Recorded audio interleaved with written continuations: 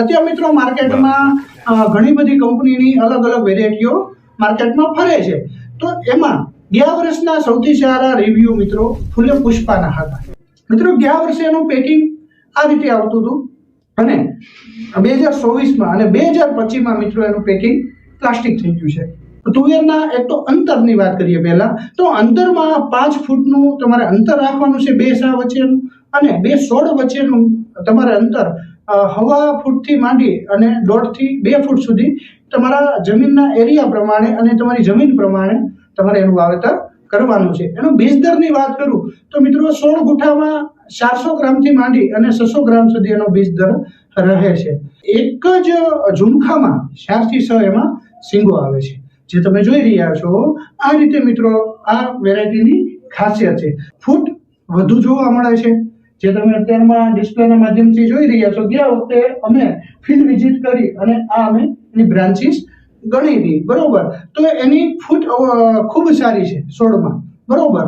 જેથી કરીને જેટલી ફૂટ હોય તેટલી એની સિંગોની સંખ્યા પણ વધુ હોય છે. અને કે ફૂલોમાંથી સિંગો બનવા ની જે પ્રક્રિયા છે એ ખૂબ ઝડપી છે. એનું બંધારણની જે પ્રોસેસ છે તે ખૂબ ઝડપી પાકે છે. આ પણ એની ખાસિયત સારી છે. એક સિંગમાં મોટા ભાગે 4 થી 5 દાણા જોવા મળે છે. તે મિત્રો એનાથી શું થાય, પ્રોડક્શનમાં ખૂબ સારો ફાયદો થાય. પછી ડાળી સિંગો બેચવાની ક્ષમતા વધુમાં વધુ આ વેરાયટીમાં છે. મિત્રો ગયા વર્ષના તમે ફિલ્ડ જોવો કે ઘણા બધા ખેડૂતોના એવા રિવ્યુ હતા કે નાના મીડિયમ મિત્રોનું જો પ્રોડક્શનની વાત કરો તો 10 મણથી માંડી અને 40 મણ સુધી 16 ગુઠાના વીઘામાં મને ફોન આવેલા છે.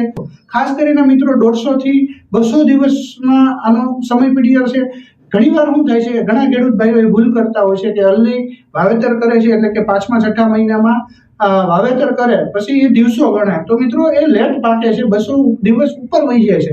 ખાસ કરીને જ્યારે આપણે પવનની દિશા બદલે છે એટલે આપણી ભાષામાં જે ભૂર કહેવાય, ભૂર બદલે પછી તુવેરમાં ખાસ કરીને એમાં ફ્લાવરિંગ આવતું હોય છે અને પછી જ એનું પ્રોસેસ થતું હોય. પણ ઘણા એવા કિસ્સા હોય કે તમે મિત્રો માનો કે અલ્લી વાવેતર કરો તો તેની છોડ મોટો થાય છે અને પ્રોડક્શનમાં પણ ફેર પડે છે. તો એના કારણે તમે જો કદાચ અલ્લી વાવેતર કરતા હોય તો તમે કરી શકો છો. મિત્રો તુવેરમાં સૌથી મોટો પ્રશ્ન છે સુકારાનો, તેનું ખાસ તમારે ધ્યાન રાખવાનું છે. ત્યાર પછી બીજી વાત કરીએ તો કે જો તમે આંતર પાક તરીકે કપાસ કે સોયાબીન કરવાના હોય તો તેમાં મિત્રો આગતરું અથવા સાથે વાવેતર કરવું, કારણ કે જેથી કરીને પાછળથી લેટ થાય નહીં. ત્યાર પછી જો સોયાબીન અથવા કપાસનો સાથે મિશ્ર આનો પાક કરવા માંગતા હોય તો મિત્રો ખાતર વ્યવસ્થાપનમાં પણ ખૂબ ધ્યાન રાખવું જોઈએ.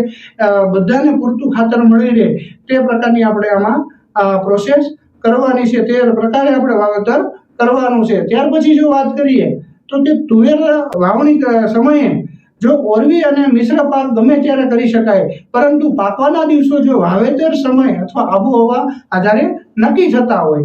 જો તુવેરનું વાવેતર વહેલું કરો તો પાકવાના દિવસો મિત્રો વધી જાય છે અને મોટું વાવેતર કરો તો વહેલી પાકતી જાતના કારણે કોઈ પણ તુવેરમાં ઠંડીની શરૂઆત એટલે કે ભૂર પવન થતા ફૂલ આવતા હોય છે.